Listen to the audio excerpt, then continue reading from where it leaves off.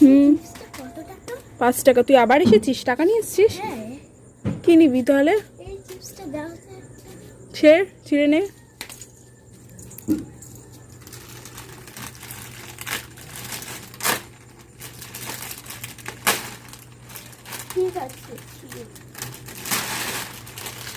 ছিঁড়তে গিয়ে তো আরো একটা ছিঁড়ে ফেলে দিলি।